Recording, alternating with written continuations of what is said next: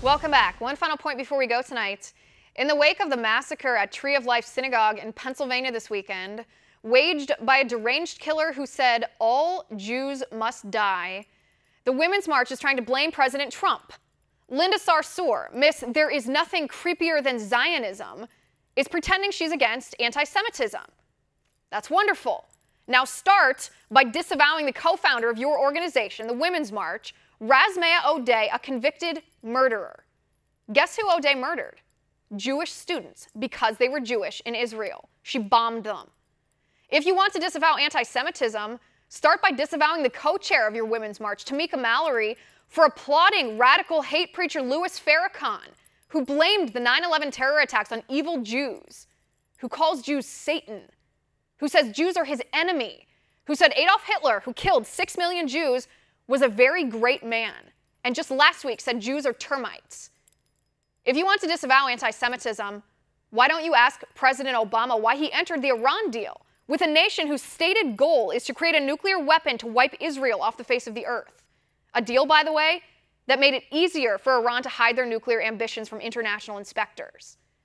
If you want to disavow anti-Semitism, why don't you tell liberal college students across the country to knock it off with the BDS activism?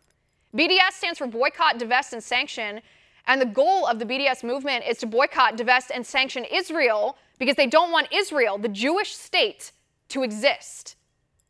If you want to disavow anti-Semitism, why don't you tell Students for Palestine groups that if they want to protect the innocent Palestinian people, then condemn Hamas and Hezbollah and Mahmoud Abbas for putting innocent Palestinian people in danger, instead of blaming Israel for defending herself?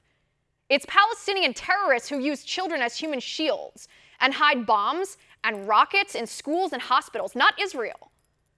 If you want to disavow anti-Semitism, why on earth would you protest President Trump, the most pro-Israel, pro-Jewish president in modern history? President Trump recognized Jerusalem as Israel's capital, which liberals did not do. President Trump arrested and deported a Nazi war criminal hiding in America, which liberals did not do, and by the way, barely covered on the news when Trump did it. President Trump cut $200 million in aid to the Palestinian Authority, who pays terrorists to kill Jews and Israelis. President Trump's administration reopened a federal lawsuit on behalf of a Jewish group who claimed a public university was creating a hostile environment for Jewish students. That case was originally closed by President Obama. Not to mention the fact that President Trump's administration actually defends Israel at the United Nations, which liberals never did. But I never saw you outside the Obama White House to protest anti-Semitism then. It's almost as if you don't care about anti-Semitism. You're just using this as a reason to resist Trump. That's disgusting. And that's my final point. You can reach me on Twitter at Liz_Wheeler. If you liked the show, please send me an email at oann.com/contact. In the meantime, catch us here tomorrow at 9 p.m. Eastern. And until then, have a good night.